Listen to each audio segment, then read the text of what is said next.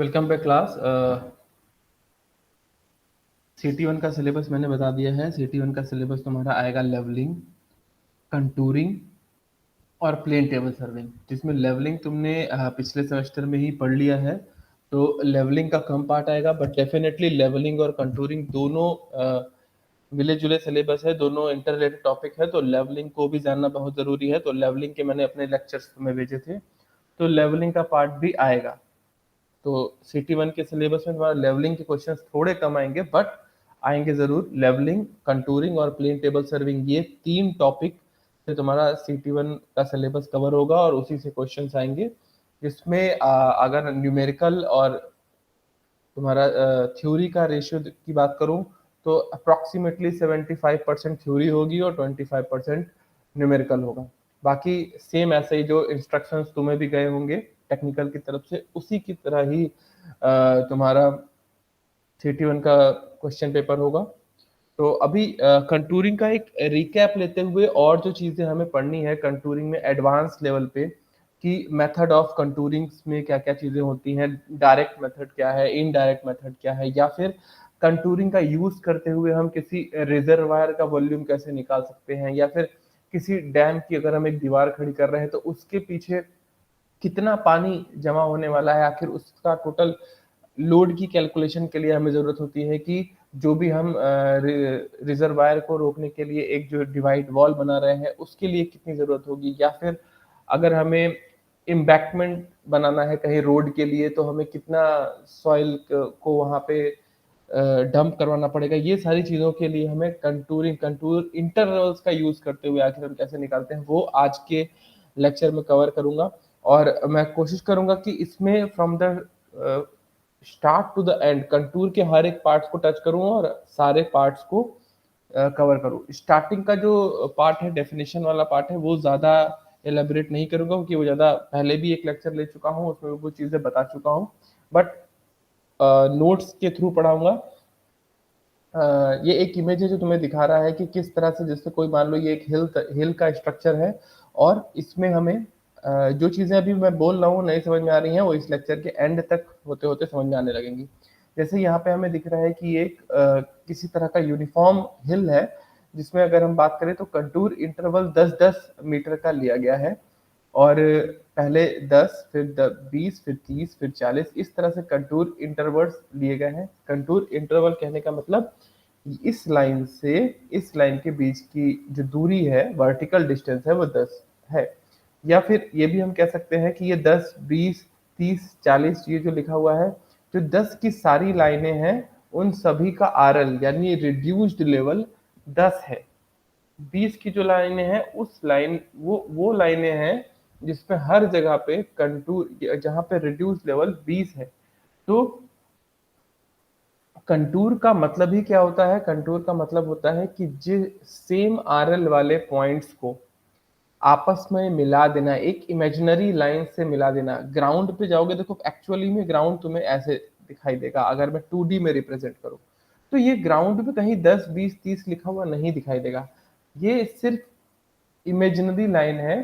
वो imaginary line show कर रहा है कि हर वो जगह जहां पर RL 10 है यानी रिड्यूस लेवल 10 है, उनको अगर हम एक इमेजिनरी लाइन से मिलाते हुए सोचें या मिलाएं तो वही कंटूर होता है। और ये RL क्या होता है? RL तुम इस तरह से समझ लो कि तुम ऐसा समझ सकते हो कि मीन सी लेवल से ऊंचाई, किसी भी ग्राउंड सरफेस पे किसी किसी भी पॉइंट की मीन सी लेवल से ऊंचाई को हम RL बोलते हैं, रिड्यूस्ड लेवल बोलते हैं। यहाँ पे रिड्यूस्ड वर्ड इसलिए आ रहा है क्योंकि हम एक टेम्पररी बेंचमार्क के थ्रू अपने लेवल को उसके अकॉर्डिंग रिड्यूस्ड करते हैं, ऊपर नीचे करते हैं, उसके अकॉर्डिंग मैनिपुलेट करते हैं, इसीलिए उसको रिड्यूस्ड लेवल बोला जाता है। लेकिन तुम इस बात को समझो, सपोज करो ये एक हिल है, ठीक है। इस हिल में तुम ये इमेजिन कर सकते हो कि अगर यहाँ पर RL 10 बोला जा रहा है, तो तुम इसको ऐसे समझो कि इस पॉइंट से जस्ट 10 मीटर नीचे पानी भरा हुआ है। और ये मीन सी लेवल मैं पहले भी बता चुका हूँ कि मीन सी लेवल क्यों लेते हैं, क्योंकि वाटर का जो लेवल है, ठीक है, वो हमेशा प्लेन होता है। एक लेवल लाइन रिप्रेजेंट करता है। इसीलिए वाटर बॉडी के किसी भी पॉइंट पे अगर तुम वाटर बॉडी से सिमुलेट करोगे तो तुम्हारा जो पॉइंट है एक्यूरेट आएगा। तो ये जो 10 10 10 ये जो लाइनें दिख रही है ना यहाँ पे इमेजिनरी, ये बता रही हैं कि इस पॉइंट की भी नीचे अगर मीन सी लेवल से हाइट है वो भी 10 मीटर है, ये पॉइंट भी 10 मीटर ऊपर है, ये पॉइंट भी 10 मीटर ऊपर है।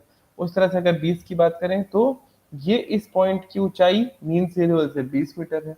तो इसको ही इस तरह से 2D में रिप्रेजेंट कर सकते हैं। यही होता है तुम्हारा कंटूर मैप बनाना। अब आते हैं नोट्स पे। नोट्स में स्टार्टिंग से पढ़ेंगे कि आखिर क्या होता है। ठीक है, कंटूर या फिर आइसोटाइप्स लाइन। आइसोटाइप्स का मतलब होता है समोच्च रेखाएं, जो एक ही तरह की रेखाएं हैं, आपस में एक दूसरे को इंटरसेक्ट नहीं करती हैं, तो उसको आइसोटाइप लाइन भी या आइसोहाइट लाइंस भी बोलते हैं और कंटूर लाइंस भी बोलते हैं। क्या है ये कंटूर लाइन? तो सबसे पहले हम इस इमेज से समझने की कोशिश करते हैं। एक छोटे से इमेज से समझाने की कोशिश करूंगा। मैंने बताया था कि इस लेक्चर में मैं वापस से थोड़ा सा स्टार्टिंग से आऊंगा ताकि तुम्हें कहीं पे भी कोई प्रॉब्लम ना हो। तो देखो, सपोज करो कि यहाँ पे कोई एक वाटर बॉडी है, कोई एक छोटा सा तालाब है। तुमने यहाँ पर मान लो सपोज करो अपना एक ऑटो लेवल फिक्स कर दिया और पीछे एक बैक साइड की रीडिंग ले ली।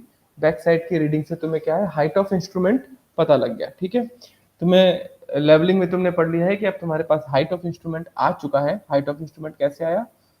यहाँ पर किसी एक पॉइंट पर तुमने बेंचमार्क मान लोगे। बेंचमार्क मानने के बाद क्या है, जब इसकी रीडिंग लोगे तो बेंचमार्क प्लस वो जो बैक साइड की रीडिंग है वही तुम्हारा हाइट ऑफ इंस्ट्रूमेंट है। और इसके आगे जितनी भी रीडिंग लोगे उन सभी रीडिंग्स को हाइट ऑफ इंस्ट्रूमेंट से माइनस कर दोगे तो वो उस पर्टिकुलर पॉइंट का आरएल दे देगा। ये चीज मैं ऑलरेडी बता चुका हूँ, तो इसको अभी डिस्कस नहीं करूंगा फिलहाल। अभी ऐसे समझते हैं कि यहाँ पर हमने अपना एक ट्राइपॉड पे ऑटो लेवल फिक्स कर दिया। अब यहाँ पर एक पॉन्ड है।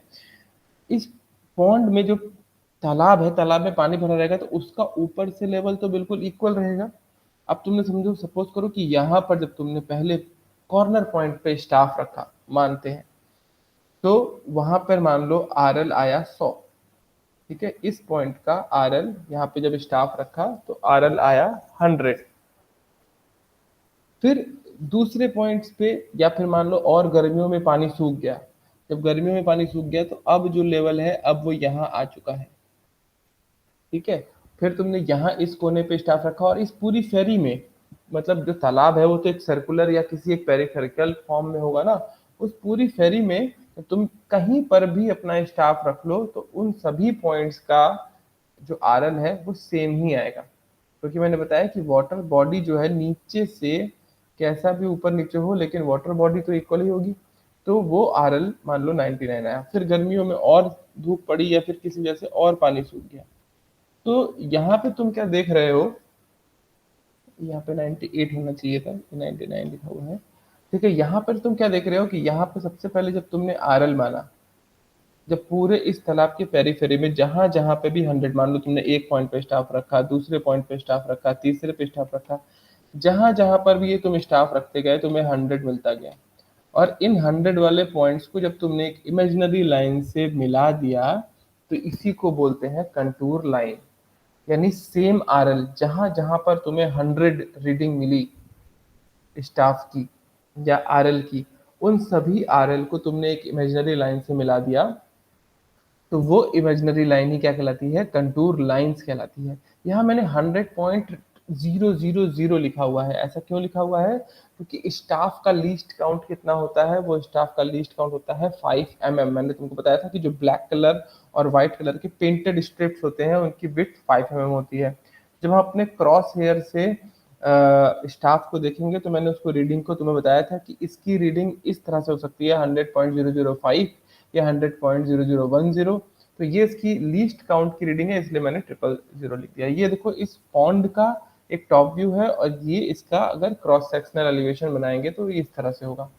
तो जब यहाँ पर हमने देखा कि गर्मियों में जब उसका पानी थोड़ा कम हो गया, वापस से स्टाफ जब यहाँ रखा तो यहाँ पे हमारा आरएल कम निकल करके आएगा। हमने माना कि आरएल 1 मीटर मान लो पानी में चला गया तो आरएल 99 हो गया। तो इस तालाब की पूरी फेरी में जहां जहां पर भी पानी टच हो रहा है उसके बॉर्डर पे अगर तुम स्टाफ रखते हुए चले जाओगे तो तुम्हें हर जगह का जो आरएल है, मान लो कई जगह की तुमने रीडिंग ली, वहां का तुम्हें आरएल 99 मिला, और ये सारे 99 जहां पे भी आरएल मिले उनको तुमने एक इमेजिनरी लाइन से मिला दिया, तो तुम्हें एक दूसरा कंटूर मिल गया जो कि है 99।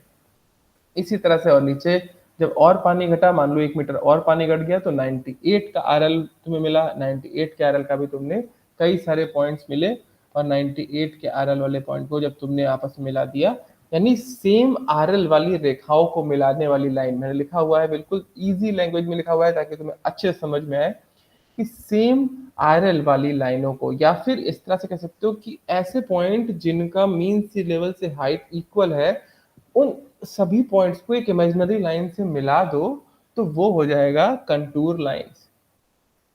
अंडरस्टूड? तो ये तुम्हारा हो गया। और जब हम देख रहे हैं कि अगर हमने इसमें एक एक मीटर नीचे जा रहे हैं, तो ये इस तरह से जो हमें एक शो कर रहा है, ये एक वैली शो कर रहा है भाई। अगर इसमें पानी हटा दो तो ये एक घाटी ही तो है, ठीक है। अगर सॉइल सरफेस देखो तो ये एक घाटी को ही शो कर रहा है। तो हमें क्या देखा कि वैली में जब हम देखते हैं तो हमें जो कंटिन्यूअसली सेंटर की ओर आरएल कम होते हुए दिखाई दे रहे हैं। बाहर 100 है, फिर 99, 98। अगर हमें इस तरह का कंटूर मैप दिखे जिसमें कंटिन्यूअसली अंदर की ओर आरएल कम हो रहे हो, तो वो क्या रिप्रेजेंट करेगा? वो एक वैली रिप्रेजेंट करेगा, जैसे कि हमें यहाँ पे दिखाई दे रहा है। अब तुम बोलोगे कि सर ये 99 क्यों, 101 क्यों नहीं हो सकता? देखो तुम इसको समझो, अगर तुमने लेवलिंग पढ़ी नहीं है तुम्हें नहीं समझ आएगा। सपोज करो हमारी जो बैक बेंच मार्क है, हमने मानो हमने बेंच मार्क 100 मान लिया। कहीं एक पॉइंट था, कहीं ईंट रखी हुई थी जिसको हमने बोला कि भाई ये इसका बेंचमार्क 100 है। बेंचमार्क कहने का मतलब क्या? हम ये मान रहे हैं कि वो जो हमने ईंट रखी है उसके जस्ट 100 मीटर नीचे समुद्र तल की ऊंचाई है, पानी भरा हुआ है, समुद्र तल है, यही तो 100 मीटर है। अगर अब मान लो हमने यहाँ से बैक साइड की रीडिंग ली, और मान लो हमारे बैक साइड की रीडिंग, सपोज करो पहले बैक साइड की हमें जो रीडिंग मिली, मान लो 1 मीटर मिली, तो हमारा हाइट ऑफ इंस्ट्रूमेंट क्या है? 101 मीटर। भाई इसमें कोई डाउट है किसी को? अगर इसमें भी डाउट है, B M plus D S होता है, तो मैं तुमको वापस समझा देता हूँ। जैसे मान लो ये पानी भरा हुआ है और पानी का लेवल तो हमेशा इक्वल रहेगा। मैं कह रहा हूँ कि यहाँ पर एक ईंट रखी थी, उसकी ऊंचाई 100 मीटर है, दैट इज द बेंचमार्क। तो इसकी ऊंचाई बताओ। भाई ये 100 मीटर है, तुमने जब हाइट ऑफ इंस्ट्रूमेंट लिया 1 मीटर निकल के आया, तो इस पॉइंट की ऊंचाई कितनी होगी? वेरी सिंपल, ये 101 मीटर ऊंचा होगा, यही तो हाइट ऑफ इंस्ट्रूमेंट है। कोई डाउट इसमें? कोई डाउट नहीं होना चाहिए। यही लेवलिंग में अब तक सिखा है, 5 लेक्चर पढ़ लिया तुमने। तो ये तुम्हारा हो गया 101। अब अगर यहाँ पर इस पॉइंट पर मैं कहता हूँ कि अगर इस पॉइंट पे हमने रीडिंग ली और स्टाफ की रीडिंग यानी इंटरमीडिएट साइट की रीडिंग हमारी 2 मीटर आई, तो इस पॉइंट का आरएल कितना आएगा? जब हमने यहाँ स्टाफ रखा, देखो गड्ढा है, जब तुम लेके वहां पे स्टाफ खड़े होगे तो ऑब्वियसली और वो अंदर जाएगा ना। तो मान लो ये रीडिंग 2 मीटर है, हमने जब यहाँ से ही देखा तो ये रीडिंग हमको 2 मीटर दिखाई दी। तो इस पॉइंट का आरएल कितना है भाई? ये कितना है? ये है 2 मीटर। और ये सेम हाइट तो 101 ही होगा ना, क्योंकि हमारे हाइट ऑफ इंस्ट्रूमेंट का मेथड कितना है? अब देखो जब तुम्हारा ऑटो लेवल है वो ऊपर नीचे तो घूमता नहीं है, वो तो फिक्स है। तो वो जब लाइन हमेशा एक सीधी रेखा में चलेगी, तो जब ये 101 है तो ये भी 101 है, और 101 और स्टाफ की रीडिंग 2 है, तो इस पॉइंट का ही तो आरएल जानना है ना कि ये जमीन जो है ये समुद्र तल से कितना ऊंचा है। आरएल का मतलब कि समुद्र तल से कितनी ऊंचाई है। तो ये 101 में से अगर 2 घटा लो तो कितना आ जाएगा? 99। यही इसका आरएल है। अब ये 100 एग्जैक्टली तो नहीं होता, ये होता है कुछ 2000, 3000, 538 ऐसा कुछ रीडिंग होता होगा। तो हम अपनी कन्वीनियंसी के लिए इसको 100 ले लेते हैं, इसीलिए इसको टीबीएम बोलते हैं, टेम्पररी बेंचमार्क। अब ये सोचो कि अगर ये एग्जैक्ट हम समुद्र तल से ऊंचाई लेते किसी एक पॉइंट की, मान लो वो होता 2338.5, तो फिर ये 2338.5 में एक जोड़ते, फिर उसी 2338.5 में दो माइनस करते, इतना लंबा कैलकुलेशन जाता। ठीक है, तो देखो साथ साथ में मैंने तुम्हें लेवलिंग का भी रिवीजन करा दिया। तो हमें यहाँ पे ये दिख रहा है वैली के केस में ये क्वेश्चंस बिल्कुल डायरेक्टली आते हैं, इसलिए तुम्हें याद रखना है। वैली के केस में जब भी हमें रीडिंग इस तरह से दिखाई दे कंटूर मैप्स की, कि भाई अंदर की ओर जो रीडिंग है वो कंटिन्यूअसली घट रही है, ठीक है, continuously decrease toward the centre, तो वो स्पेसिफिकली वैली को रिप्रेजेंट करेगा। और इसके अपोजिट में जैसे सपोज करो हमने यह एक हिल लिया, एक नॉर्मल हिल है, ठीक है, तो हमने यहाँ हमने ग्राउंड लेवल में मान लो हमारा आरएल आया 100, और फिर हमने दूसरा जब 1 मीटर ऊपर, फिर हम 1 मीटर ऊपर गए, 1 मीटर ऊपर में हमने ऐसे कई जगह पे पॉइंट लिए जहां सब जगह पे आरएल हमारा 101 आया, उन लाइनों को मिला दिया। फिर इसके ऊपर और गए, फिर 1 मीटर ऊपर, हम पहाड़ पे 1 मीटर ऊपर नहीं जा रहे हैं, कंटूर इंटरवल 1 मीटर है, ठीक है, ऐसे पॉइंट जिन पे आरएल 1 मीटर ज्यादा आ रहा है, ये यहाँ पे भी हो सकते थे, यहाँ पे भी हो सकते थे, ये बात समझना। तो ऐसे पॉइंट जहां पर अब आरएल 1 मीटर और आ रहा है, यानी 102 मीटर, वो सारे 102 मीटर के पॉइंट्स को हमने कहीं ना कहीं पेग से या किसी चीज से डिनोट कर लिया, और एक इमेजिनरी लाइन से अगर हम उसको मिला दे तो वो 102 का कंटूर इंटरवल शो करेगा, कंटूर लाइन शो करेगा। तो इस तरह से जब हम इसको रिप्रेजेंट करेंगे तो देखेंगे कि ये कंटूर जो है वो कुछ इस तरह से बनेगा कि आउटर वाला 100, फिर 101, 102, 103, यानी हमें इसमें साफ साफ दिख रहा है कि जब कंटूर की जो वैल्यू है, कंटूर इंटरवल की जो वैल्यू है वो अंदर की ओर बढ़ती हुई दिखाई दे, अंदर की ओर टुवर्ड्स द सेंटर बढ़ती हुई दिखाई दे, तो डेफिनेटली वो एक हिल को रिप्रेजेंट कर रहा है, ठीक है। अच्छा, अब इसके बाद एक और भी प्रॉब्लम आती है कई सारे स्टूडेंट्स की, कि सर हिल और हिल लॉक कहीं कहीं पे बहुत डिफरेंस है, कि what is the difference between hill, hillock, plateau. देखो ये सभी चीजें हिल में ही आती हैं, लेकिन इनमें डिफरेंस क्या है।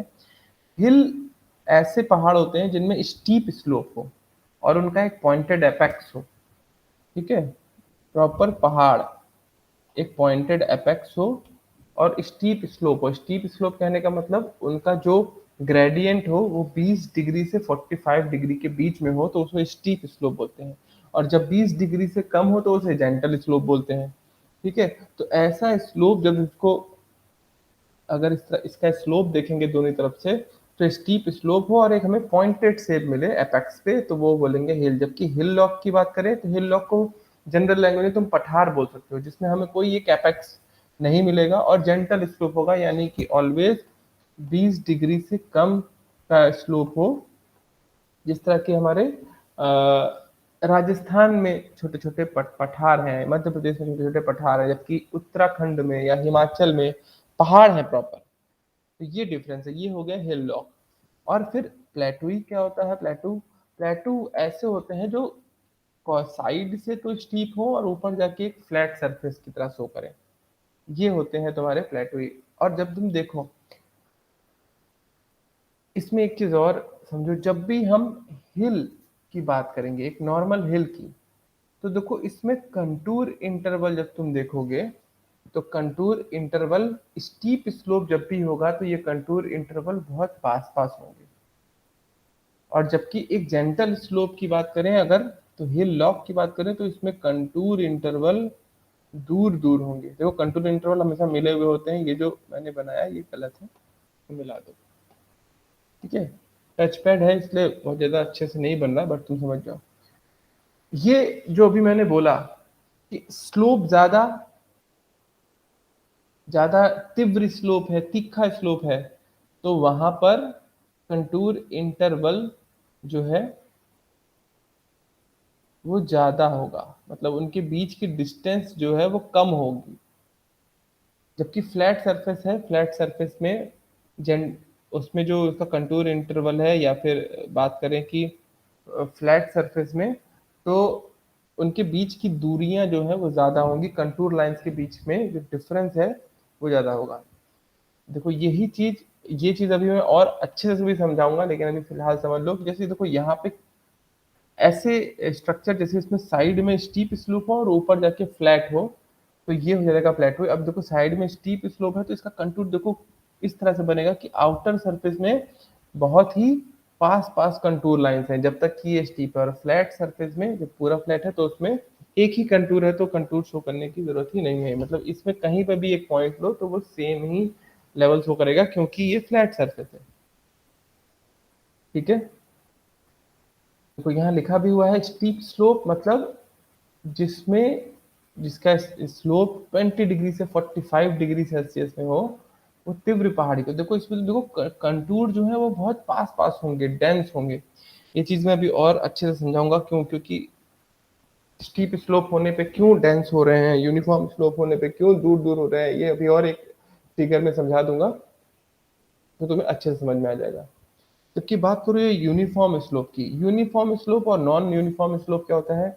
कोई ऐसा पहाड़ जिसमें एक ग्रेजुअल डिग्री से राइज हो रहा हो और ग्रेजुअल डिग्री से ही डिक्रीज हो रहा हो, बीच में कहीं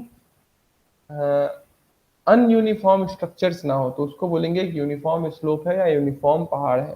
एक समान स्लोप हो, ठीक है, इक्वल डिस्टेंस। जबकि नॉन यूनिफॉर्म की बात करें तो अगर हम इसी पहाड़ में कुछ इस तरह का स्ट्रक्चर बनाए कि शुरू में तो बहुत ज्यादा स्टीप स्लोप था, बाद में थोड़ा यूनिफॉर्म हुआ, टेढ़ा मेढ़ा सा बना दिया, तो ये एक नॉन यूनिफॉर्म स्लोप हो गया। ठीक है, अब हम बात करें जब यूनिफॉर्म स्लोप का एक कंटूर बनाएंगे। भाई देखो स्लोप ग्रेजुअली चेंज हो रहा है तो ऑब्वियसली जो हमारा कंटूर है वो भी यूनिफॉर्म ही होगा। ठीक है, जबकि नॉन यूनिफॉर्म स्लोप की बात करें तो नॉन यूनिफॉर्म स्लोप में उसका कंटूर भी नॉन यूनिफॉर्म होगा, कहीं पे पास पास आएगा, कहीं पे बहुत दूर दूर होगा। जैसा स्लोप देखो स्टीप स्लोप में बहुत पास पास हो जाएगा और जेंटल स्लोप में बहुत दूर दूर हो जाएगा। अब सबसे पहले यही समझाने की कोशिश करता हूं मैं तुम्हें कि भाई स्टीप स्लोप में और जेंटल स्लोप में ये दूर दूर और पास पास क्यों है, आखिर कंटूर इंटरवल हमें कितना लेना चाहिए। फिर इस टॉपिक पे वापस आऊंगा।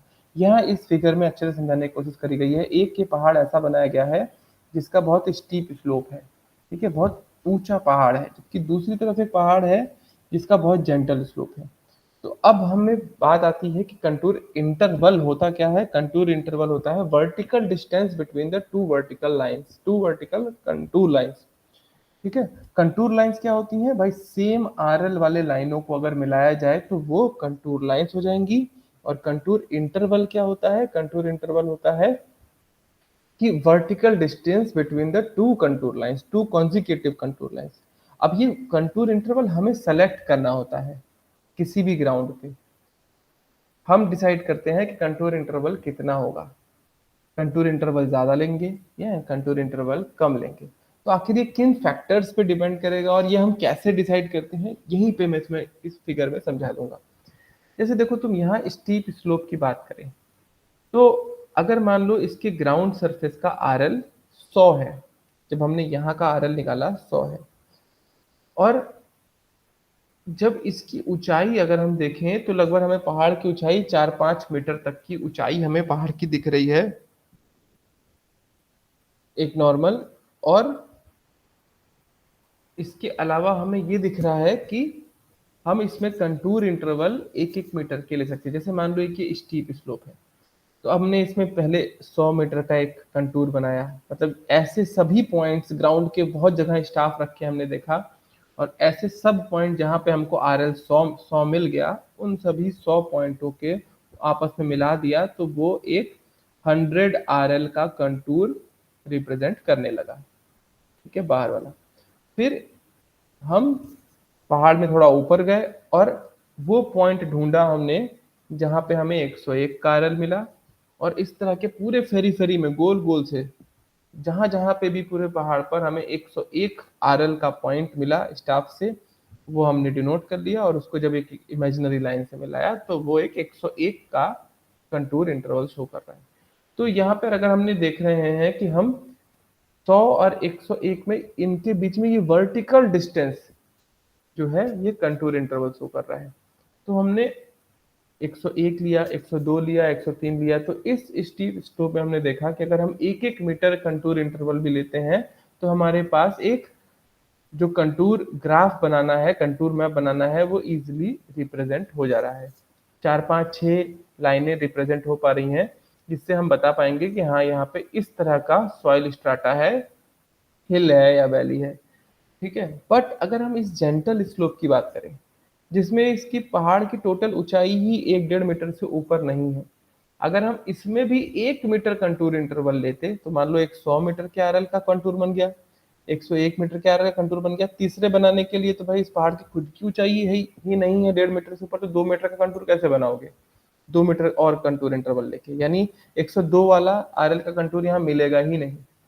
तो हमें दिख रहा है कि यहाँ सिर्फ दो ही लाइनें आ रही हैं, तो ये एक अच्छा कंटूर रिप्रेजेंट नहीं करेगा। हमें एक्चुअली में समझ में ही नहीं आएगा कि यहाँ पे किस तरह का सॉइल स्ट्रक्चर है। तो यहाँ पे हमें डेफिनेटली कम कंटूर इंटरवल लेना पड़ेगा भाई। जिसकी खुद की ऊंचाई ही 1.5 मीटर है, तो उसमें 1 मीटर का कंटूर इंटरवल ही ले लोगे तो कैसे होगा?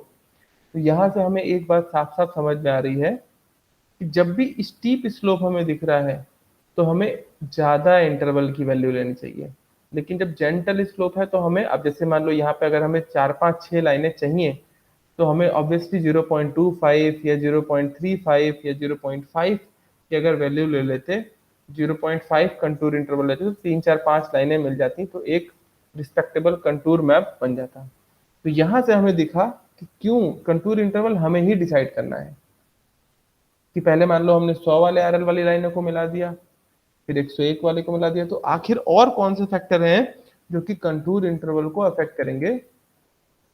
तो अभी देखो, जैसे ही ये चीज बता दूंगा तुम्हें अब क्लियर होने लगेगा भाई। फंड, तुमको कितना ज्यादा काम करना है। अगर मैं बोलता कि 100 और 101 ना लो, तुम ज्यादा टाइम लो और ज्यादा एक्यूरेसी से बताओ। मैं तुमको बोलता तुम 100 लो, फिर 100.1 लो, फिर 100.2 लो, फिर 100.3 लो। 0.1, सिर्फ 0.1 का कंटूर इंटरवल लो, तो तुम्हें फिर 100 ढूंढना पड़ता सबके, जिसके ऐसे पॉइंट जिनके आर एन 100 है, फिर ऐसे पॉइंट जिनके आर एन 100.1 है, फिर जिनके 100.2 है। तो तुम्हारे ज़्यादा टाइम लगता उसको उस काम को करने में।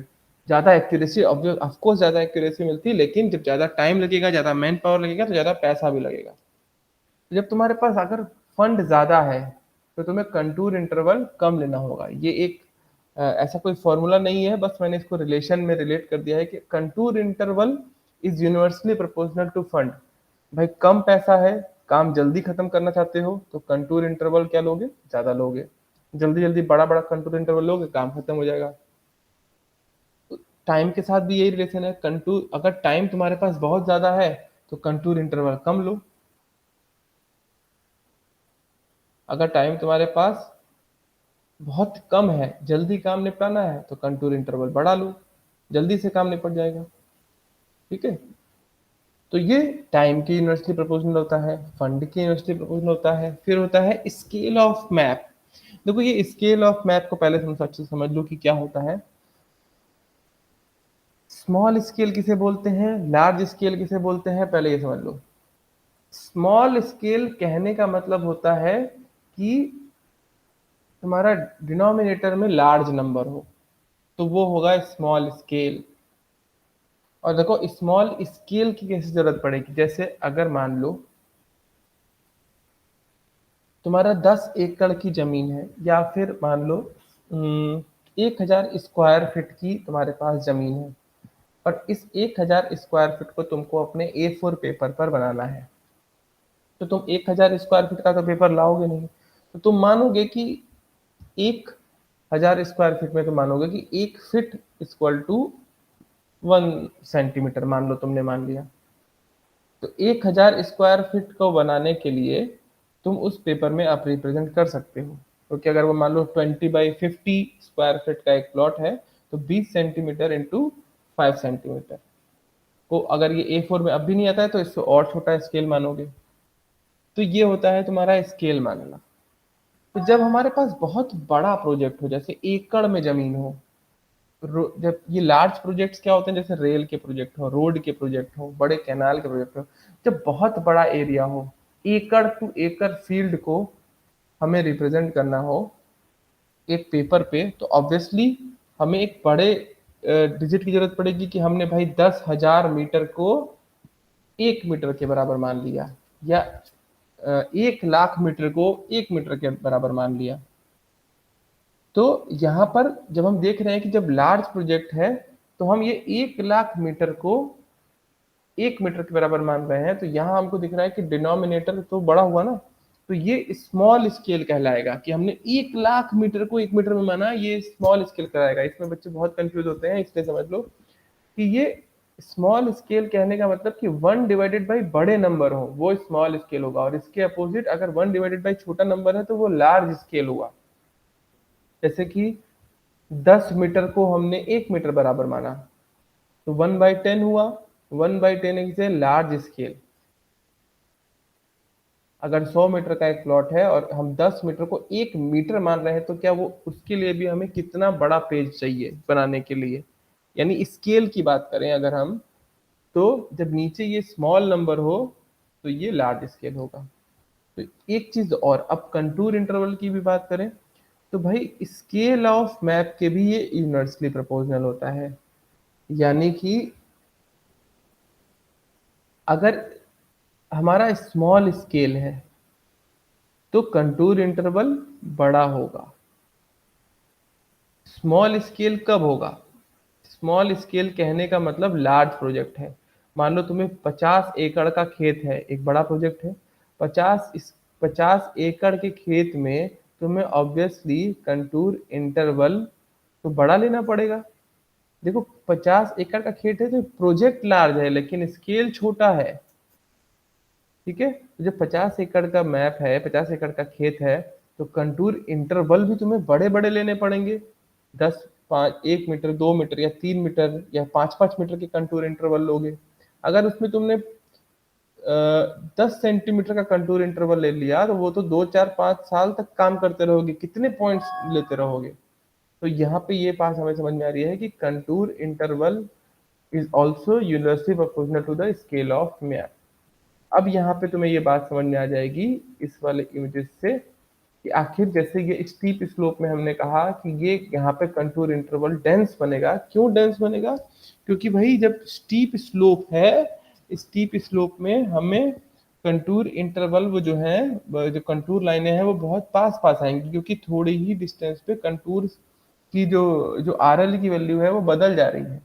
जब थोड़ी ही दूरी पे आर एल की वैल्यू बदल जा रही है तो तुम्हें कंटूर इंटरवल भी जो है क्या लेना पड़ेगा, पास पास लेना पड़ेगा, कंटूर इंटरवल भी छोटा लेना पड़ेगा। जबकि ग्रेजुअली स्लोप में हम देख रहे हैं तो ग्रेजुअली स्लोप में कंटूर इंटरवल जो है वो दूर, कंटूर इंटरवल की वजह से ये यूनिफॉर्म स्लोप में ये जो है इनका कंटूर दूर दूर बनेगा। फिर दूसरा एक शेप होता है कि कॉनकेव स्लोप होते हैं और कॉन्वेक्स स्लोप होते हैं। तो इनका कंटूर कैसे बनता है? कॉनकेव स्लोप मतलब कुछ इस तरह से बना हुआ शेप, अवतल की तरह, और ये उत्तल की बना हुआ शेप। तो कॉनकेव में हम क्या देखते हैं कि शुरू में ये स्टीप स्लोप होता है और बाद में जेंटल स्लोप में कन्वर्ट हो जाता है।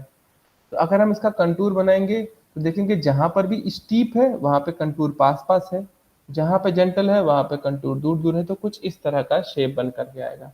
इसके अपोजिट कॉन्वेक्स कुछ इस तरह का बनेगा कि शुरू में ये जेंटल होगा, बाद में ज्यादा स्टीप स्लोप होगा।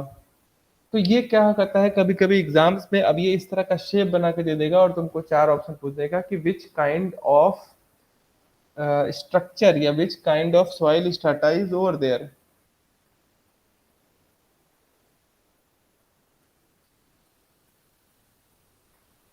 ठीक है, फिर अगर मैं बात करूं कुछ प्रॉपर्टीज की तो कंटूर लाइन जो है हमेशा एक क्लोज लूप ही फॉर्म करती हैं। कई सारे तुमने ऐसे मैप देखे हैं जिसमें वो तुम्हें क्लोज लूप फॉर्म करते हुए नहीं दिख रही हैं। तो डेफिनेटली वो क्लोज लूप फॉर्म करती हैं, लेकिन जो हमारा कमांड एरिया है, जिस जो हमारा सर्वे करने का एरिया है वो लिमिटेड है, उसके बाहर के एरिया को हमने नहीं लिया कंटूर बनाने के लिए, तो वो वहां पे खत्म होते हुए दिखाई देती हैं। लेकिन हमेशा जो कंटूर मैप होता है या कंटूर लाइनें होती हैं वो क्लोज लूप ही बनाती हैं। और दूसरी सबसे बड़ी और इम्पोर्टेंट चीज कि ये कभी एक दूसरे को इंटरसेक्ट नहीं करती। ये कंटूर लाइनें कभी एक दूसरे को आपस में काटती हुई नहीं दिखाई देंगी। अगर ये काटती हुई दिखाई भी दे रही हैं तो उनके कुछ एक्सेप्शंस हैं कि वहां काटती हुई सिर्फ दिखेंगी, लेकिन एक्चुअली में कभी भी कंटूर लाइनें एक दूसरे को इंटरसेक्ट नहीं करती। देखो इस बात को समझने की कोशिश करो।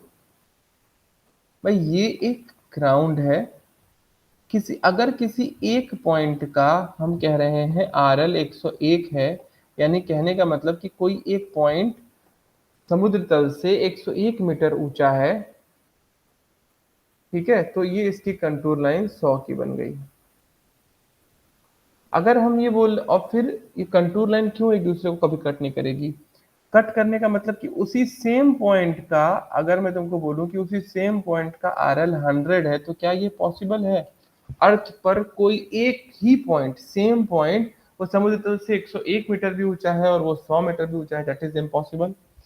तो ये जो कंटूर लाइनें हैं ये आपस में कभी इंटरसेक्ट नहीं करती, क्योंकि ये तो सेम आरएल को मिलाने वाली लाइनें हैं।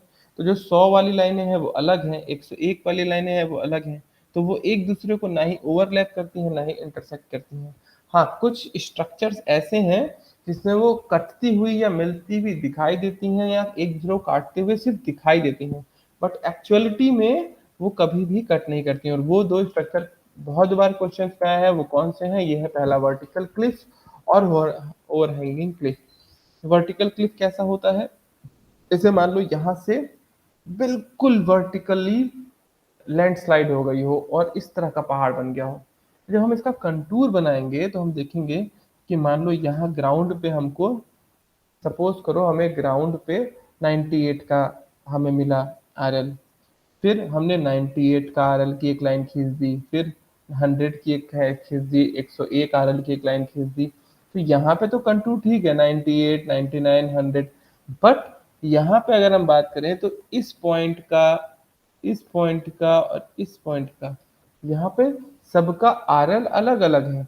लेकिन जब हम इसको 2D में बनाएंगे तो यहाँ एक पॉइंट पे ये मिलते हुए प्रतीत होंगे, ठीक है। देखो यहाँ का आरएल है 101, यहाँ का आरएल है 100, यहाँ का आरएल है 99, ठीक है, और यहाँ का नीचे वाला आरएल है 90, 98। तो ये सिर्फ सबका आरएल अलग है, लेकिन यहाँ सिर्फ एक पॉइंट में 2D में एक जगह पे मिलती हुई दिखाई दे रही है, that is an exception, but actuality में ये नहीं मिल रही है। That is a case of vertical Cliff. दूसरा केस है ओवरहैंगिंग क्लिफ का। इसमें ये कंटूर लाइन एक दूसरे को काटते हुए दिखाई देंगी। कैसे? जैसे ओवरहैंगिंग क्लिफ, या फिर तुम इसको एक गुफा समझ लो, गुफा का स्ट्रक्चर। तो तुम देखो कि कोई इस तरह का पहाड़ हो, उसमें इस तरह की एक नेचुरल केव या गुफा बन गई हो। तो जैसे मान लो हमने ये सबसे एंड वाला पॉइंट है, ठीक, हमने यहाँ पे इसका आरएल लिया, तो यहाँ पे आया 98, हमने इसका एक ये कंटूर ड्रॉइंग कर दिया 98 का। फिर 98 का आरएल वाला पॉइंट लिया तो हमने 99 वाला एक आरएल ड्रॉ कर दिया, दो कंटूर लाइन कर दी। फिर इसके ऊपर जब हम ये 100 का आरएल बनाने गए, और जब यहाँ पे 100 का आरएल बनाने गए, तो 100 वाली लाइन यहाँ आई और दूसरी लाइन यहाँ आई। और जब हमने इसको 100 वाली लाइन को मिलाया तो हमें ये 98 और 99 दोनों को इंटरसेक्ट करती हुई प्रतीत हो रही है। That is a case of a overhanging Cliff. लेकिन एक्चुअलिटी में ये नहीं काट रही है, but in a 2D representation ये प्रतीत हो रही हैं। तो दो ये केस ऐसे एक्सेप्शनल केस है, वर्टिकल क्लिफ और ओवरहैंगिंग क्लिफ, जिसमें कंटूर लाइंस मिलती या एक दूसरे को इंटरसेक्ट करती हुई रिजेंबल करती हैं। ये क्वेश्चंस कई बार आ चुके हैं। कंटूर इंटरवल हमें कैसे डिसाइड करना है, ये तुम बात समझ गए हो। कंटूर इंटरवल हम ही डिसाइड करते हैं, डिपेंड हमारे पास कितना फंड है, कितना टाइम है, किस तरह का हमें जेंटल स्लोप है, या किस तरह का हम स्ट्राटा, सॉइल स्ट्राटा पे, या किस तरह की टोपोग्राफी पे हम वर्क करने जा रहे हैं, वो डिपेंड करेगा कि हम कंटूर इंटरवल ज़्यादा लेंगे या कम लेंगे। ये चीज़ें हो गई स्केल ऑफ मैप के बाद। दो और भी स्ट्रक्चर होते हैं जिसको बोलते हैं रिज लाइन। देखो रिज लाइन का मतलब समझो, जैसे मान लो कोई एक झोपड़ी है, ये एक झोपड़ी है, तो ये जो लाइन है इमेजिनरी इमेजिनरी लाइन, जो कि शुरू से लेके एंड पीछे तक जो जाती है, इस इसको बोलते हैं रिज लाइन। सबसे ऊपर वाली उठी हुई जो लाइनें हैं उसको बोलते हैं रिज लाइन, ठीक। तो ये एक मान लो वाटर शेड लाइन या रिज लाइन की अगर हम बात करें,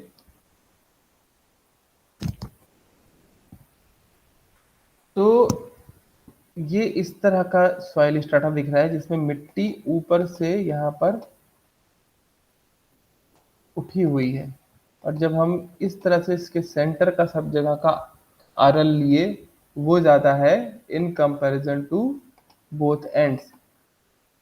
इसको तुम एक रोड का भी स्ट्रक्चर समझ सकते हो। तो ये इस तरह के ऐसी लाइन को रिज लाइन कहते हैं, और इसका जो कंटूर होता है वो कंटूर लाइन जो है वो 90 डिग्री पर इंटरसेक्ट करता है और इस तरह का एक वैली टाइप का शेप शो करता है। जबकि वैली लाइन में यही जब कंटूर लाइन बनाओगे तो वो एक एग्जैक्ट वैली में इस तरह पे 90 डिग्री पे इंटरसेक्ट करेगा और ऊपर की ओर एपेक्स रहेगा। जब तुम ये कंटूर लाइन बनाना सीख जाओगे तो तुमको ये चीज समझ में आ जाएगी। अब बात करते हैं कि method of contouring, contouring field में करें कैसे। पढ़ तो लिया कि कंटूर क्या होता है, कि हाँ भाई सेम आरएल लेवलिंग तो हमें ज्यादा पता ही था। उसके बाद हमने सबके आरएल निकाले और इन सेम आरएल को मिलाने की विधि क्या है। सेम आरएल को मिलाने वाली लाइनों को तो कंटूर बोलते हैं, और कंटूर इंटरवल कैसे डिसाइड करेंगे हमने ये भी पढ़ लिया। तो अब इसके दो मेथड होते हैं। पहला मेथड होता है डायरेक्ट मेथड और दूसरा मेथड होता है इनडायरेक्ट मेथड। डायरेक्ट मेथड में क्या करेंगे, इनडायरेक्ट मेथड में क्या करेंगे, ये छोटे से फॉर्म में लिख दिया गया है, ये तुमको अभी समझ में आ जाएगा। जैसे सपोज करो कि ये हमारे पास एक फील्ड है, ठीक।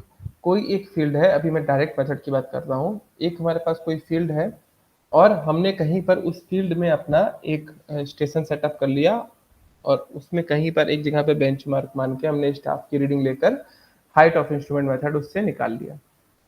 अब इसमें हमें मान लो हमें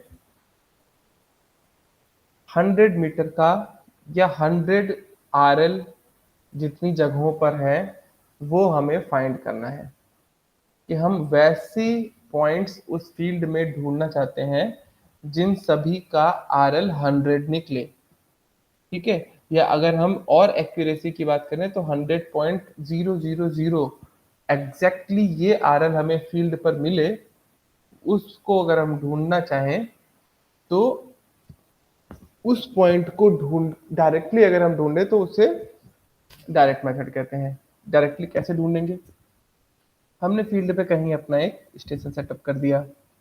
अब हम हर जगह पर अपना स्टाफ रख रख के रैंडमली बहुत सारी जगहों पे स्टाफ रख रख के देख रहे हैं और उसका आरएल मान लो कहीं पे कम कहीं पे ज्यादा आ रहा है, एग्जैक्टली 100 मीटर नहीं आ रहा है। मतलब हमारे जो मेथड है नॉर्मली, जो कि हाइट ऑफ इंस्ट्रूमेंट, हमने बेंचमार्क और बैक साइड को ऐड कर लिया, हमारा हाइट ऑफ इंस्ट्रूमेंट निकल गया। और उस हाइट ऑफ इंस्ट्रूमेंट से जब जहाँ पे भी हम इंटरमीडिएट साइड की रीडिंग लेके आरएल निकाल रहे हैं, वहां पे हमारा एग्जैक्टली अगर मान लो हमें 100 मीटर का कंटूर एक बनाना है तो एग्जैक्टली जहां पर भी आरएल 100 नहीं आ रहा है वहां हम चेंज करते आ रहे हैं।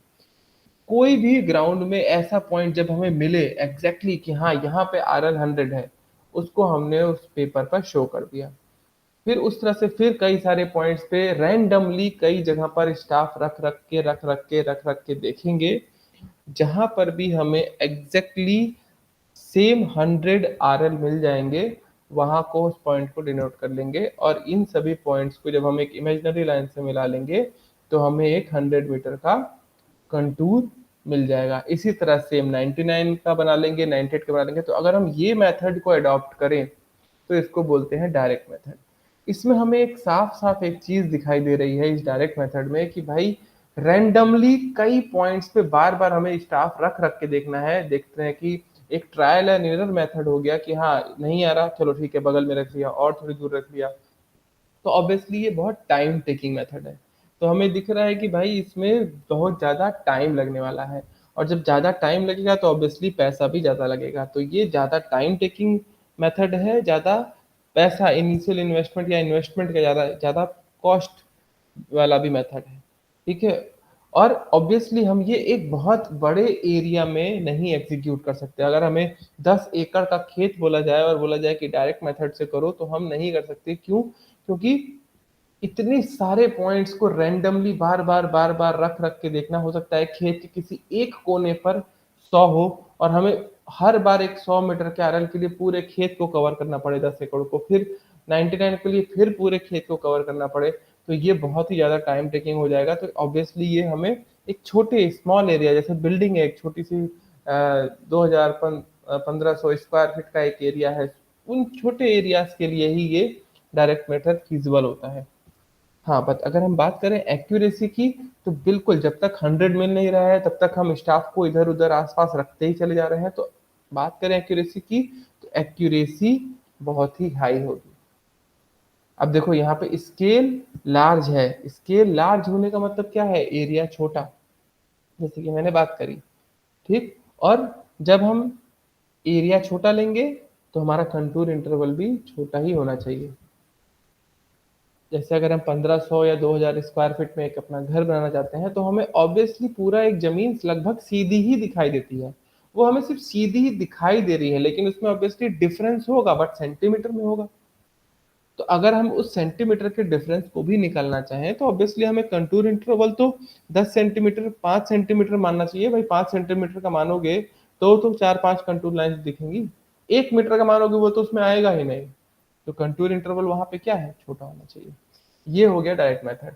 अगर हम बात करें इनडायरेक्ट मेथड की, तो अब अगर मान लो उसी सेम एरिया को, अगर हम उसी सेम एरिया को स्क्वायर में डिवाइड कर दें, मतलब हमारे पास कितना एरिया है, हमने देखा कि भाई इसका पहले पैरामीटर देखा हमने। मान लो ये 1000 मीटर लंबा और 2000 मीटर चौड़ा हमारे पास कोई एक एरिया है।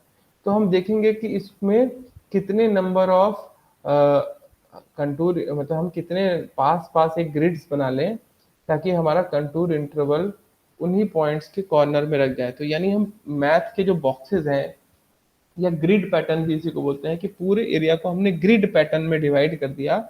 और ग्रिड पैटर्न में डिवाइड करने के बाद क्या करेंगे, जैसे मान लो हमने इसमें 3-3 मीटर या 5-5 मीटर का इंटरवल ले लिया, सेम लेंगे लेंथ और विड्थ की तरफ से सेम। मान लो 5-5 मीटर का इंटरवल ले लिया और 5-5 मीटर, एक 5 मीटर की चूने की लाइन खींच दी, फिर दूसरी 5 मीटर की चूने की लाइन खींच दी, और जहां पे वो दो लाइनें क्रॉस कर रही है वहां पे हमने एक पैक लगा दिया या एक खूंटी गाड़ दी। और ये जहां जहां पे हमने खूंटी गाड़ी है, हमें सिर्फ उन पॉइंट्स का आरएल, वहां वहां पर स्टाफ रख के हमने उन पॉइंट्स का आरएल निकाल दिया। ठीक है, तो ये हो गया तुम्हारा इनडायरेक्ट मेथड का पहला मेथड, स्क्वायर मेथड। ठीक, इसमें हम देख रहे हैं कि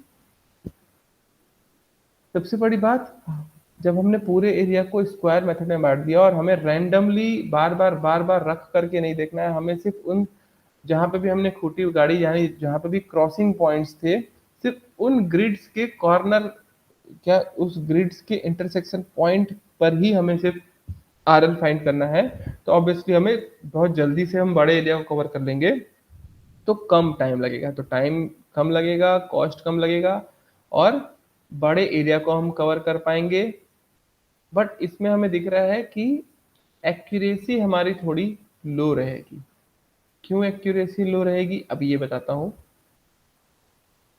बट दूसरा मेथड ही पढ़ लेते हैं। दूसरा मेथड है cross section method. Cross section method, अब और भी हमारे पास बहुत बड़ा एरिया हो, जैसे लखनऊ से पूरी कानपुर की रोड बनानी है, और इतने बड़े 200 300 400 किलोमीटर के स्ट्रेच में अगर हमें कंटूरिंग फाउंड करनी है कि भाई ग्राउंड लेवल किधर से किधर जा रहा है, तो इसके लिए हम एक क्रॉस सेक्शनल मेथड यूज कर सकते हैं। यानी इसमें क्या करेंगे, टोटल एरिया में एक पहले सेंटर लाइन फाउंड कर लेंगे टी, और उसके सेंटर लाइन, एक सेंटर लाइन, एक लेफ्ट और एक राइट, इससे ज्यादा भी हो सकता है, ये L1 L2 भी हो सकता है। और इसी के इक्वल में यहाँ L1 R1 L2 R2, यानी एक सेंटर में लाइन और एक दाएं और एक बाएं, दोनों जगह पे ऐसे फाइंड करते चले जाएंगे, तो जल्दी हमारा बड़ा एरिया कवर हो जाएगा। That is the indirect method of A cross section method. तो हमें दिख रहा है कि लार्ज एरिया कवर हो जाएगा, बट एक्यूरेसी ऑब्वियसली थोड़ी लो रहेगी और टाइम हमारा कम लगेगा। अब मैंने बात करी कि एक्यूरेसी लो रहेगी, वो एक्यूरेसी लो क्यों रहेगी, ये देखते हैं कि आखिर एक्यूरेसी हमारी लो क्यों रहती है। देखो मान लो हमने यहाँ पर इस तरह से एक ग्रिड पैटर्न बनाया, और ग्रिड पैटर्न में हमें अलग अलग जगह पर अलग अलग आरएल मिले, यहाँ पे कहीं 98 मिला, यहाँ पे कहीं 99 मिला। बट हमें जो आरएल चाहिए, मान लो हमें वो 98.5 का आरएल चाहिए, सपोज करो। तो हमें इसमें 98.5 कहीं मिला ही नहीं इस ग्रिड में। तो हम क्या करेंगे, हम उस ग्रिड में, बिकॉज यहाँ पर 98 है और यहाँ पे 99 है, तो हम कहीं पर इस तरह से मान लेंगे कि यहाँ बीच में कहीं पर 98.5 होगा सेंटर में। ये बात समझ में आई। हमने ऐसा बीच में कहीं मान लिया कि ये 98.5 कहीं होगा। तो ये जो हम मान रहे हैं, एक अनुमान लगा रहे हैं, इसीलिए हमारी एक्यूरेसी कम है। अब इस बात को प्रैक्टिकली समझो। मान लो एक बहुत बड़ा सा खेत था। उस बड़े से खेत को हमने करने के लिए हमने 5-5 मीटर का ग्रिड बनाया, कि जिस 5 मीटर इधर भी और 5 मीटर इधर भी एक ग्रिड बना लिया, और 5-5 मीटर के ग्रिड पर हमने अपने पैक्स या खोटियां लगा दी।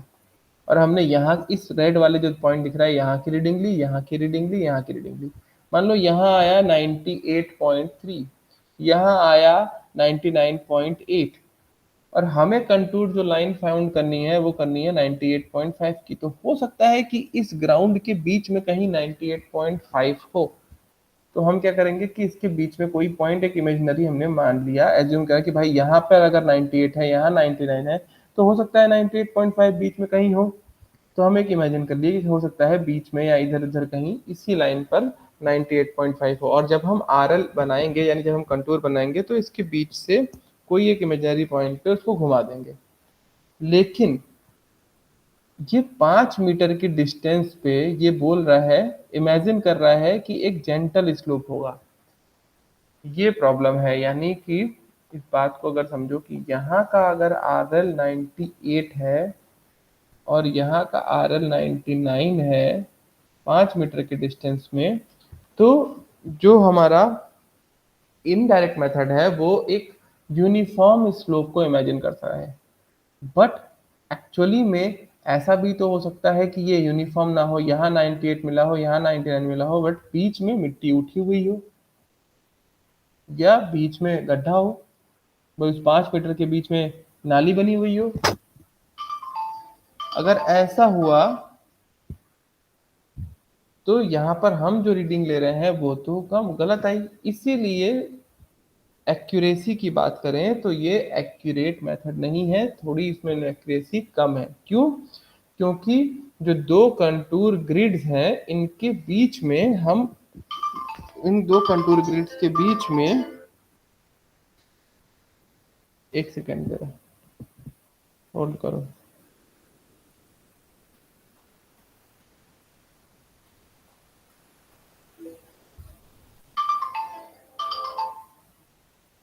हेलो।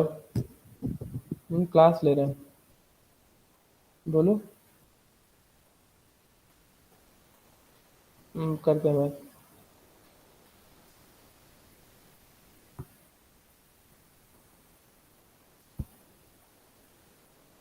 तो यहाँ पर हमें दिख रहा है कि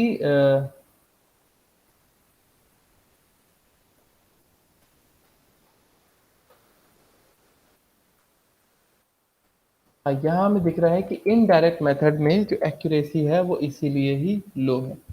अब बात करते हैं इंटरपोलेशन ऑफ कंटूर की।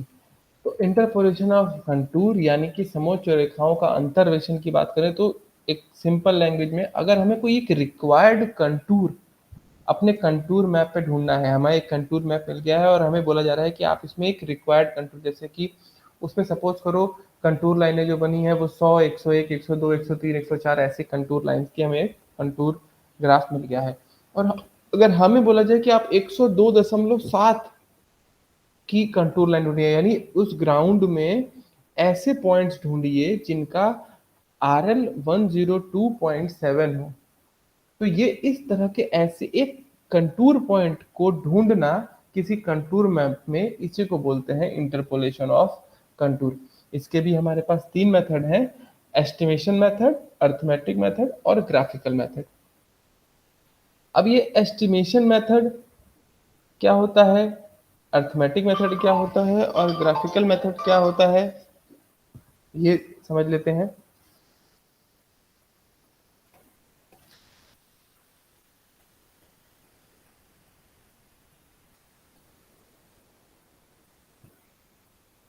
कॉल आ रही है।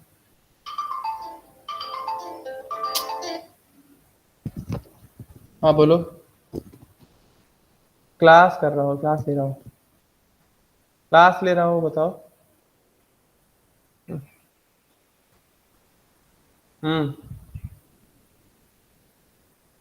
कौन बोल रहा है? हम्म हम्म। मैं चल लो, 6 बजे चल लो। साढ़े साढ़े 5 बजे चल लो। 5:30, 5:30 बजे चल लो।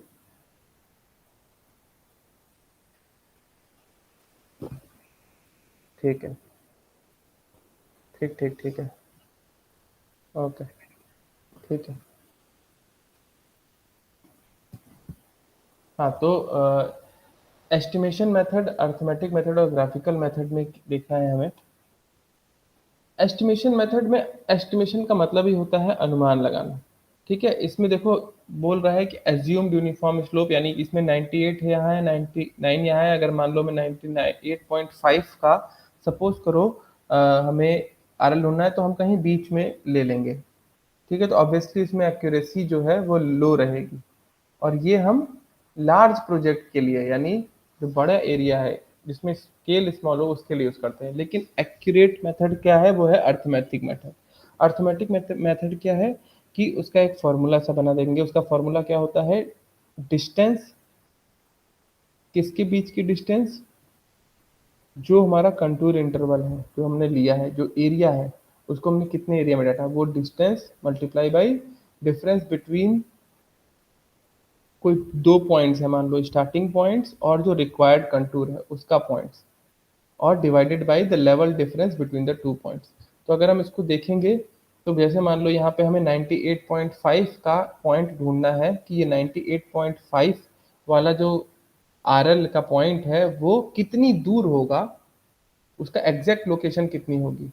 तो इसको ऐसे लिख सकते हैं, 98 स्टार्टिंग वाला कंटूर पॉइंट माइनस जो हमें रिक्वायर्ड है यानी 98.5 डिवाइडेड बाई जो दो कंटूर के लाइन के बीच में जो लाइनें वेरी कर रही हैं 98, 99 और इनटू जो इसके बीच की डिस्टेंस है 5 मीटर। तो यहाँ पर हम देख रहे हैं कि ये 2.5 मीटर निकल करके आ रहा है इस फॉर्मूले से। तो ये एग्जैक्टली यहाँ पे ये 5 मीटर का एरिया है, तो ये बीच में ही होगा। ये हमने इस वक्त 98.5 लिया है, इसलिए ये एग्जैक्टली है। अगर मान लो मैं तुमसे कहता कि 98.7 बताओ एग्जैक्टली कितनी दूर पर आएगा, या 98.9 एग्जैक्टली कितनी दूर पर आएगा, और ये मान लो ये 99 का नहीं, ये बल्कि 102 का आरएल होता, तो एग्जैक्टली इन दोनों के कंटूर के बीच में ये लाइन की लोकेशन कहाँ होती है उस आरएल की, ये हम अर्थमेटिक से दिख रहा है कि प्रॉपरली फॉर्मुलाइज कर रहे हैं, फॉर्मूले से निकाल रहे हैं। इसलिए एक बहुत ही एक्यूरेट मेथड है। तीसरा मेथड है ग्राफिकल मेथड। हम अपने इस पूरे कंटूर मैप को ग्राफ पे प्लॉट करेंगे और एग्जैक्टली ग्राफ की ग्रिड से हम निकालने की कोशिश करेंगे। तो ये और भी एक्यूरेट मेथड होता है, बट ग्राफ पे हमने उसको प्लॉट कर दिया है तो बहुत जल्दी जल्दी बड़ा एरिया कवर हो जाता है। तो ये जो मेथड है इसको बोलते हैं इंटरपोलेशन ऑफ कंटूर। फिर इसमें है हॉरिजॉन्टल इक्विवेलेंट। तो अभी तक हम बात कर रहे थे कंटूर इंटरवल की, तो कंटूर इंटरवल का मतलब होता है vertical distance between the two consecutive contour. But horizontal distance between the two consecutive contour को हॉरिजॉन्टल इक्विवेलेंट बोलेंगे। इसको समझाने के लिए यहाँ पे मैंने एक फिगर बना दिया है। जैसे मान लो कि कोई जेंटल स्लोप की कोई पहाड़ी है, हमने 98 का आरएल जब चारों तरफ फाउंड किया तो एक 98 का कंटूर बना दिया, फिर 99 का बना दिया, फिर 100 का बना दिया। तो हम इसमें कंटूर इंटरवल हमें कितना ले रहे हैं, 1 मीटर, जो कि वर्टिकल डिस्टेंस शो कर रहा है। भाई ये 98 और 99 इन दोनों के बीच में वर्टिकल डिस्टेंस कितना है, 1 मीटर है। तो ये कंटूर इंटरवल शो कर रहा है। बट ये 98 और 99 वाले जो पॉइंट हैं जो एक दूसरे से हॉरिजॉन्टली कितनी दूर है, ये हॉरिजॉन्टली कितनी दूर है, इनके बीच में हॉरिजॉन्टल डिस्टेंस कितना है, यानी दो कंजिक्यूटिव कंटूर्स के बीच में हॉरिजॉन्टल डिस्टेंस कितनी है, वो तुम्हारा रिप्रेजेंट करेगा हॉरिजॉन्टल इक्विवेलेंट। और एक और चीज भी होती है जिसको बोलते हैं कंटूर इंटरसेप्ट। तो कंटूर इंटरसेप्ट वो इमेजिनरी लाइन होती है जो कि दो कॉन्जिक्यूटिव कंटूर के बीच में हाइपोटेनस के फॉर्म में या फिर एक ग्रेडियंट के फॉर्म में जो लाइन हो, जो ग्रेडियंटली एक डिस्टेंस शो करे, वो होती है कंटूर इंटरसेप्ट, जो कि बहुत कम उसकी डेफिनेशन पूछी जाती है। ज़्यादा इंपॉर्टेंट हॉरिजॉन्टल इक्विवेलेंट और सबसे ज़्यादा इंपॉर्टेंट कंटूर इंटरवल है। तो कंटूर इंटरवल वो है जो वर्टिकल डिस्टेंस को शो करेंगे, हॉरिजॉन्टल इक्विवेलेंट वो है जो हॉरिजॉन्टल डिस्टेंस को शो करेंगे between the two consecutive contours. अब इसमें याद रखने वाली बात क्या है कि भी किसी भी कंटूर मैप में अगर कहीं भी किसी जगह का कंटूर मैप है तो उस पूरे एरिया में कंटूर इंटरवल फिक्स ही होता है। ऐसा नहीं होता कि कहीं एक एरिया में कंटूर इंटरवल बहुत ज़्यादा ले लिया, दूसरे एरिया में कंटूर इंटरवल कम ले लिया, ऐसा नहीं होता। हमें पूरे एरिया के हिसाब से ही अपना कंटूर इंटरवल डिसाइड करना होता है और वो पूरे कंटूर मैप में पूरे उस एरिया के लिए कंटूर इंटरवल सेम ही होता है। ठीक, जैसे कि यहाँ हम देख रहे हैं कि हमने अपने पहाड़ को देखते हुए लगभग 1 मीटर माना कि अगर हम 1 मीटर भी कंटूर इंटरवल लेते हैं तो हमारा सफिशियंट कंटूर प्लॉट हो जाएगा। तो यहाँ दिख रहा है 98, 99, 100, 101 और 102। ऐसे हमने इसका आरएल लेते हुए कंटूर फॉर्म किया। लेकिन इसी सेम एरिया में हमें उसी सेम कंटूर मैप में हॉरिजॉन्टल इक्विवेलेंट की वैल्यू फिक्स नहीं मिलेगी। ऐसा बिल्कुल नहीं है कि इसके और अगर इसके बीच में हमारा 4 मीटर की डिस्टेंस है तो इसके और इसके बीच में भी 4 मीटर की ही डिस्टेंस मिले। ये हो सकता है ये 2 ही मीटर मिले, इसके और इसके मीटर में 1 ही मीटर मिले। तो हॉरिजॉन्टल इक्विवेलेंट जो है उनकी वैल्यू फिक्स नहीं होती है बल्कि पॉइंट टू पॉइंट चेंज होती रहती है, वही जो है नीचे लिखा हुआ है। तीसरा इसमें टॉपिक है कि वॉल्यूम और एरिया दोनों ही कैलकुलेट करते हैं with the help of contour interval. और इसके दो मेथड हैं या दो फॉर्मूले कह लो। पहला है trapezoidal method, average area method भी इसको बोलते हैं, जिसका फॉर्मूला तुम्हें यहाँ दिखाई दे रहा है A1 A प्लस A2 यानी दोनों एरिया का एवरेज इन टू के बीच की डिस्टेंस, जैसा कि नॉर्मल वॉल्यूम का होता है। दूसरा फॉर्मूला है प्रिज्मोइडल मेथड, जिसका ये फॉर्मूला है L/3 A plus under root AB plus B। अब इस फॉर्मूले को अगर हम एक और पीपीटी के फॉर्म में देखें तो तुम्हें ज़्यादा अच्छे से क्लियर हो जाएगा कि कैसे निकाल सकते हैं। देखो, किसी रिजर्वायर में या कहीं पे भी हमें इस तरह से चीज़ें निकाल सकते हैं। जैसे देखो यहाँ पर एक डैम का मान लो स्ट्रक्चर दिखाई दे रहा है। कैसे हम कंटूर इंटरवल की मदद से ये निकाल सकते हैं। मान लो यहाँ पर एक डैम का स्ट्रक्चर है और इसके पीछे कुछ इस तरह का स्ट्रक्चर दिया हुआ है और हमें ये पता करना है कि ये टोटल पानी वॉल्यूम ऑफ वाटर कितना है। और हमने जब अलग अलग जगह पे कंटूरिंग करी, यहाँ पे पॉइंट्स रखे, यहाँ पे पॉइंट्स रखे, यहाँ पे पॉइंट्स रखे, तो हमें इस तरह का एक कंटूर मैप उसने दे दिया है। ठीक है, यानी कंटूर मैप देखो तो 800, 810, 820, 830, 840, 850, 860 इस तरह के कंटूर मैप दे दिए हैं। और हर एक एरिया का एरिया मतलब हर एक कंटूर का वो कंटूर यानी जो 800 जिनका आरएल है वो कितना एरिया कवर कर रहा है, 810 कितना जिनका आरएल है वो कितना एरिया कवर कर रहा है, उसका एक चार्ट दे दिया है। तो हमें हमसे पूछ रहा है कि भाई ये बताइए कि इस टोटल वाटर का वॉल्यूम कितना है। तो इसको हम दोनों मेथड से कर सकते हैं, प्रिज्मोइडल मेथड से भी कर सकते हैं और अपने एवरेज एरिया मेथड से भी कर सकते हैं या ट्रेपेजॉइडल मेथड से भी कर सकते हैं। अगर तुम इसको इमेजिन करो तो तुम इमेजिन कर पाओगे एक कि ये अगर इस तरह की वाटर बॉडी है कोई, तो ये नीचे वाले की बात कर रहा है। नीचे वाला सरफेस अगर A1 है और ऊपर वाला सरफेस A2 है तो इसका एवरेज कितना एरिया हुआ, A1 प्लस A2/2। और इसकी जो डेप्थ है वो डेप्थ क्या है, वो डेप्थ ही तो तुम्हारी कंटूर इंटरवल है। भाई अगर मान लो इसमें A2 जो एरिया है पानी का ऊपर वाला एरिया है, मैं कहूँ कि इसका RL 100 है और जो नीचे वाला एरिया है A1 उसका जो सरफेस है उसका RL 98 है, तो दोनों के बीच में वर्टिकल डिस्टेंस कितनी हुई, 2 मीटर, यानी डेप्थ कितनी हुई, 2 मीटर। तो अगर मैं बात करूं कि इस टोटल इसको एरिया में बताओ, वॉल्यूम में बताओ, तो भाई A1 plus A2 divided by 2 into 2, यही तो तुम्हारा हुआ ना एवरेज एरिया मेथड। यही इसको न्यूमेरिकल फॉर्म में दे दिया है इस तरह से। अब इसको देखते हैं तो देखो एवरेज एस्टिमेशन मेथड या एवरेज एरिया मेथड में तुम देखो L/2 L कितना लिया है? देखो इस क्वेश्चन में साफ-साफ दिख रहा है कि 800, 810, 820 यानी कि वर्टिकल डिस्टेंस कितना ले रहा है? डेप्थ की बात कर रहा है ये। कंटूर क्या शो कर रहे हैं? कंटूर यही तो शो कर रहा है ना। ये 800 तुम समझ रहे हो कि ये 800 क्या है? ये ग्राउंड का है। यहाँ पे 800 ग्राउंड है, यहाँ पे 810 ग्राउंड है, यहाँ पे 820 ग्राउंड है। इस तरह से ये गड्ढा बना हुआ है जो कि दिख रहा है। यहाँ पे आर लिया तो 800, 810। तो यहाँ पर कितना एरिया 800 कवर कर रहा है, फिर कितना 810 कवर कर रहा है, और इसमें कितनी इसकी डेप्थ हुई, सिर्फ यही तो निकालना है। तो यहाँ पे देख लो फॉर्मूला दिया हुआ है, जैसे मैंने कहा ना कि अगर पहले मेथड की बात करें, एवरेज एरिया मेथड की बात करें, तो L/2, L कितना है? वर्टिकल डिस्टेंस यानी कंटूर इंटरवल 10 डिवाइडेड बाई 2, पहला area in plus last area, यानी 800 वाला के अंदर में कितना एरिया आ रहा है और लास्ट वाले के अंदर कितना आ रहा है, इंटू 2 प्लस 2, और बाकी रेस्ट एरिया का ऐड कर दिया, तो टोटल इतना मीटर क्यूब पानी जो है इसमें रहेगा। दूसरा प्रिज्मोइडल फार्मूला लगा दोगे तो वो इस तरह से निकल जाएगा। ठीक है, इस तरह से हम वॉल्यूम को भी निकाल सकते हैं।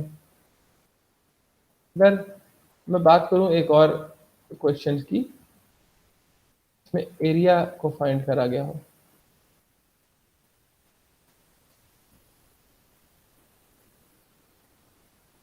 ठीक, देखो इस सेम ट्रेपेजोइडल फार्मूले में